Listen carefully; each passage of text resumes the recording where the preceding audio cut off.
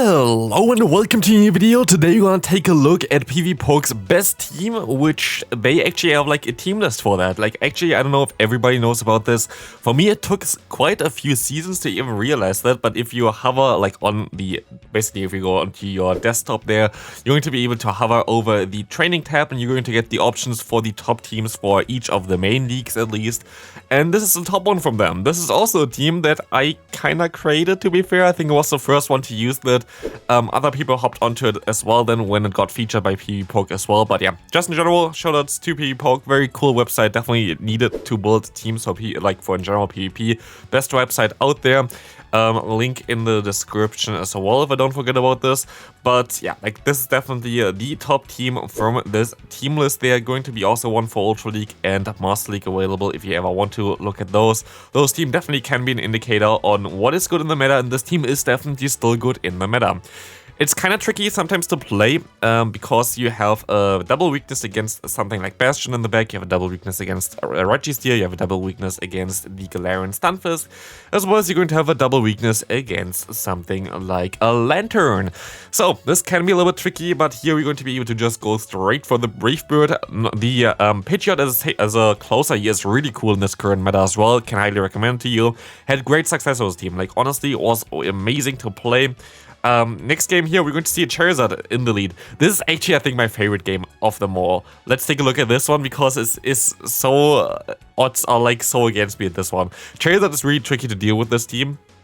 It really depends if you can call the baits correctly or not. Here we are not able to call the bait correctly because Charizard itself can just farm me down now after this Blast Burn, which I'm going to let go through sadly. So at this point of time, we don't really have anything that hard beats us. You might think, oh, why didn't you not stay in with the Swampert in the lead there? Swampert loses this in a two-shield scenario. Like you lose it, like the opponent going to have a zero, what's called zero energy basically, but the opponent going to have all its health still left, and so the matchup against Swampert is really bad for the Swampert. Here we're going to be able to catch still a Blast Burn, but honestly, like we are now so far behind. We only have one Pokemon left, but they're going to swap out into a Trevenant, which I find interesting. Here I'm going to go for the Feather Dance, fully powering this one up because I don't really want to get damaged too much by the opponent here. Of course, everything going to be resisted, but with the double debuff, it's going to do even less damage here, and we can farm him all the way down there. But yeah, like so far we only have one Pokemon, which already was damaged against 2.5 Pokemon from the opponent, but luckily, as you're going to see here, it's going to be a Medicham in the back. I don't think a Brave Bird just one-shots them yet, but I can go for the Feather Dance to get them low, and I think that my opponent has to swap out eventually, and they're gonna try to do this and catch a charge move, which didn't work out for them. And basically, Pidgeot swept the entire team here at the end, which was so nice. This game here, I misplayed, but also honestly I literally just woke up to play those games. Definitely don't play the games immediately when you wake up. This kind of does not help you at all. For me, I know already when I just play them in the morning that I'm going to not play as perfectly fine, but I'm fine with that. I'm not really a tryhard for Go Battle League anymore. Back in the day, I actually was. Like, back in the day, I hit rank 1 on the leaderboards and stuff like this. It's just not worth it for me anymore because of the queue times and basically not getting any reward. I think if there actually would be a reward for being, like, on top on the leaderboards, I actually would try to do this again because, yeah, right now, like, there's literally no reason to do this, sadly, but back in the day, like it at least gave it more prestige. But honestly, I really wish that there was more for it, like that you get some reward, some bonus, some extra posts or whatever if you get high there. But sadly, this is not the case yet. But if this ever going to be the thing, I'm actually going to try to most likely try hard again for the leaderboards, but right now I'm not really caring too much. We're going to see a Shadow Sableye against us here. And here we're going to see the Azumarill coming in. All so far so good, but I make a huge mistake now. I go for the Brave Bird, that's all fine as well. But you're going to see me catching the move here. I thought that I might want to go for the Power Jam, which doesn't make sense because I'm double debuffed. Like, it doesn't make any sense at all. And I'm going to be able to now go down there, and I have my Pidgeot left. Of course, I still have some energy, but what I could have done there, I could have just stayed in, let the opponent knock me out there, and had basically a Hydro Cannon already stored there, and also like I only need a few more fast moves for the next one. I think I would have been able to outspeed them there. But sadly, this will not be the case, as my opponent going to knock me out here, even though they were double debuff, Power Gem going to be enough. As you also already saw on my channel, I made already a video about Shadow Sableye as well. Very good Pokemon in the current meta there as well. Like, Shadow Sableye is so strong. This Pokemon is so much better nowadays compared to back in the day when we had a War Rain meta, but yeah. Here we're going to encounter a Pokemon that I really don't want to face, which is going to be the Ninetales. Alolan Ninetales is going to be also a core breaker for this team. There's actually not really a good answer on this team for this one, but it's still not the worst one. We're going to be able to go ahead and go into our Noctowl here. We'll be able to take the charge move, going to be a Weather Ball. We actually can take another one, which is going to be interesting for us, as we will be able to now go ahead and go for another charge move though. They're going to go for the Weather Ball, and they're going to swap out into a Swampert. And I feel like I still have enough health to survive those mud shots. They are not Shadow, so I think that we're going to be able to survive it, and we're actually still going to get to another Sky Attack, allowing us to get even more energy here right now. And now I have to make a tough decision. Do I go ahead and say, okay, my Pidgeot is going to sweep the entire end game? Or do I go ahead and say, okay, my Swampert is going to sweep the entire end game? And I feel like that my Swampert has better coverage here, so as you're going to see here, I'm not going to shield anything on my Pidgeot, I'm just going to sack it, so I can farm down the opponent with my own Swampert and have a ton of energy to go out of this matchup. Turns out, if I just shielded once my Pidgeot, I would have won this game immediately. But of course, it's the thing that you cannot really guess. I didn't expect them whatsoever to have a Trevenant in the back. This does it does make some kind of sense, I guess, but it's actually like, I don't know what the say swap is for the opponent here. There is basically no say swap. This team doesn't really make too much sense, in my opinion at least. So yeah, I thought there would be something more safer in the back. Like a Registeel is a very good say swap right now in the current meta. Stuff like this, but yeah. I guessed wrong there. Like, if I guessed correctly and just go ahead and shield up my Pidgeot once and get all the energy and farm down the Swampert, I would have been fine, but of course, I don't know this about, like, in general there, so cannot really complain too much about it. Here my opponent had a very good lead for us with Bastiodon, and you're going to see now that I'm going to try to farm down the opponent's Mage. I'm actually not sure if I will be able to survive the Psychic, but they're going to undercharge quite a bit there, which is amazing for us.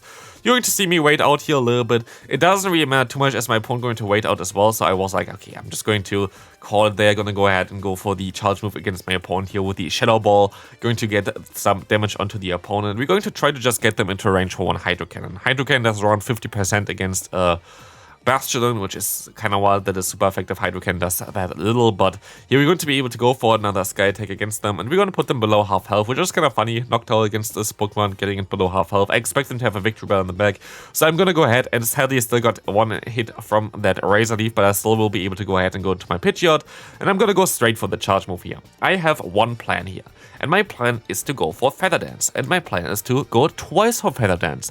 And as you're going to see here right now, this will make this a very interesting matchup. I'm going to be able to debuff them first. I'm going to overfarm a little bit so my opponent gets less farm here, and I will be able to now go ahead and debuff their attack again. Otherwise, like, the opponent would have got more fast move through because they were debuffed already like this. I didn't allow them to get too many fast moves through here. I still have a shield left, and you see already how little damage the opponent does here. Usually it actually would be a really bad matchup for the Swampert at this point of time, because I think even Smackdown does more damage than the Mud Shot. But 4 times debuffed and resisted, literally did no damage to us, which is amazing. Next opponent, going to have an Obstagoon as a safe swap here. I'm just going to go for the safe play, go for the charge move here. Hydro Cannon coming through, going to get them around like 70% health here, as I will be able to go into my Noctowl. As long as they don't boost here, I should be in a really good spot. Of course, they boost, because why not? But we will be able still to take one Night Slash here, and I will be able to farm them all the way down with 1 HP left to spare here, as we will be able to go for another charge move here. We can realign, which is amazing, but actually I don't really want to realign here, and I rather would have had the little bit more extra health. It would have actually been, like, if they didn't get the boost there, it would have been so much better for me. But of course, if my opponent swaps into a Surfetched, it's going to be very nice for me anyway, because I have the option to debuff them there, and they're going to forfeit already. Next opponent, we see a Lickitung coming in here. We're going to go for 6 fast moves, because this allows them to go perfectly for 1 body slam, and I think they just want to get some damage on me. I have 2 good answers for them in the back, and they swap in a Medicham against me. This is a weird play in my opinion, but I am fine with that, because we will be able to take this power-up punch for whatever reason they go for that. And we're also going to put them with our fast move into range for 1 Hydro Cannon already. Or we just farm them all the way down, or go for our own charge move and knock them out. I'm totally fine with this one as well. They're just going to sack that one. They're going to go into the Lickitung, kind of telling me that they're very weak against the Noctowl in general, because why would you go into this Pokemon otherwise? So we're already going to get some decent damage against the opponent's Lickitung. They still have some extra energy now left, but we will be able to go into our Pidgeot, and we see a Bastiodon. Why didn't they go into the Bastion prior? I have no idea. I guess they wanted to hope, like, I guess they hoped that they could get out the Swampert or whatever, but like this didn't really work out for them. Next opponent, yeah, this is like the issue here. If you're going to encounter something like the Dragonair in the lead, which is a hard wall to Swampert and a hard wall to Lantern, you're not going to have a great time. But this is the thing that you're always going to see with any team you're going to play. There are always going to be some teams that completely hard wall you, as you're going to see here. We're still at least going to be able to go for 2 Shadow Balls. This is the cool thing about Noctowl. You're still going to get them into the red health, which is wild. I'm still going to get some extra damage on them here because I thought it would be like ideal for me to get some more damage on them. In hindsight, I guess yeah, like I should have definitely not attacked there either, but it's still fine. We're going to see now the Pidgeot against the opponents. And Dragonair, and they're mostly going to swap out now. It's going to be their own Noctowl. I can go for one Feather Dance. It's unlikely that they're going to shield this one up, but still, I gonna go for it just so they do less damage, but there is not a lot that I can do about this. We have a worst possible matchup in the lead, we have a worst possible matchup as a Say-Swap, and we have a neutral matchup in the back here, so like there's nothing I can do really. I will be able to still go ahead and go for a bait here and maybe try to get... Oh no, I'm actually gonna go for the straight knockout nearly here with the Brave Bird, but they're going to shield this move up, which is actually kind of sad. I wish that they didn't do that, but I will be able to go for another Brave Bird here. They just have to let this move go through though, and they're going to do exactly this, and we're going to have no chance of winning this unless they're going to no-shield the Earthquake to flex on me, but they most likely not going to do this, and they're not going to do this. So this is going to be a good game. Dragon are going to farm me all the way down, or like knock me even out with a charge move here. And that's going to be it for this one. Good game to my opponent. Next opponent, let's take a look at this one. We're going to see a Swampert against a Noctowl. What do we do here? What do we do here? We're going to go for one Hydro Cannon first. Going to allow us to also store like 5 energy, which can be pretty crucial as we now only need 4 for the next charge move. And we're going to put them into range where I can just go ahead, go for one Sky Attack only and farm them all the way down. This wouldn't be the case otherwise. So staying in for the lead matchup, even though it might be not beneficial, might help you out in the long run. As my opponent goes for another Sky Attack here as well, I will be able to overfarm it quite a bit, but they decide that they rather want to land the Sky Attack onto their Medicham.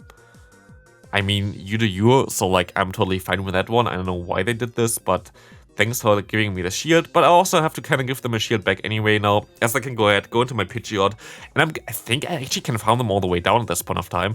And I perfectly can. They were literally just at the Ice Punch. We're going to see the Noctowl coming in here.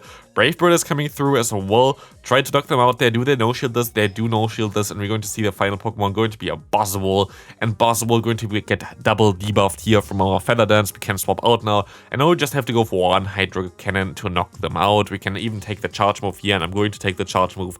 Double debuffed, going to do not as much damage. Hydro Cannon coming through here. Buzzwole is pretty squishy, as you can see here as well. And we're going to be able to win this game. Next opponent, let's take a look at this one. We're going to see the Registeel in the lead. We will be able to do some decent damage against them, but they're going to swap out into the Noctowl. Same play as before. We can go for one charge move here first, and then swap out, and we're going to be able to now definitely realign our Pokemon, which is very, very nice for us, so we will be able to outspeed the opponent now, as well as they do less damage than we do. So whatever they want to do here, it doesn't really matter. We will be able to get the Sky Attack off. They're still going to get to another Sky Attack here, but honestly, they don't even put me into farm down range for their Registeel, I feel like. Or like, if so, like, just barely. I don't know, it's going to be definitely an interesting matchup here. They want to farm me all the way down here because Shadow Ball is still going to chunk at them. Noctowl is still one of the best Pokemon in the meta right now. It's just wild how strong this Pokemon is. As you're going to see here, the addition to Shadow Ball as well as the Wing Attack buff just made this Pokemon so strong. As we're even going to be able to reach another Sky Attack here. We're going to put them fully into farm down range even for Wing Attack of my Pidgeot. So this is going to be wild. I can go ahead, go for a shield here actually. And the opponent's basically gone already at this point of time. We see a Dragonite coming back in here, and it's going to be actually really bad for us. Dragonite going to be horrible to deal with because it's going to hard roll basically my Swampert, as well as going to be a difficult matchup for the Pidgeot, but I can still just go for the debuffing moves, and this is the main thing why Pidgeot is so insanely nice. We're just going to be able to now take this charge move because they're double debuffed. They don't do too much damage. They're even going to be triple debuffed now, and I will be able to farm them all the way down, and even the Registeel are going to forfeit against our Pidgeot.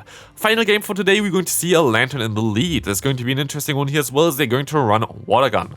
Water Gun, Lantern going to be a little bit awkward to deal with. Spark is way better to deal with for this team because Swampert is just better for it, but Water Gun can be a little bit tricky. I'm going to go for the bait first and see what they're going to do. They're going to shield this move up. I can go ahead and go for another bait immediately here because they most likely want to play this out in a 2-shield scenario, and they're going to try exactly this. So they're sadly still going to get to another charge move before I can go for my own Earthquake, but it's fine as we can overfarm by a little bit. Yeah, I could have actually overfarmed by a little bit more, but I just want to get rid of this Pokemon. And I'm going to swap out immediately here, because Obstagoon coming in here, that's totally okay for us. They can go for 2 charge moves in time. Thing is, I still kind of need to keep my Swampert alive. Like this, you're still going to be able to do a ton of damage against potential Galarian Stunfisk or even a Registeel with this Pokemon, so this is why I kept this alive. Let's take a look what we're going to see here from the opponent. They're going to go for another Night Slash here. We will be able to knock them out with our Sky Attack against them, and we can find out what they have in the bag now. Let's take a look at this one. It's going to be their own Noctowl. Like this, I should be pretty fine. I can even go for another charge move here as well. This is going to put them into a range where I can even go for 1 Hydro Cannon later on to knock them out. They need to go for 2 Sky Attacks against me here. But also, what I can do here is, of course, I can catch the Sky Attack from the opponent. They're going to undercharge. It doesn't really matter. 1 Brave Bird going to seal the deal here. And this is going to be it for the video. I hope you enjoyed this one. If you did, please leave a like. And I'll see you in the next video. Bye.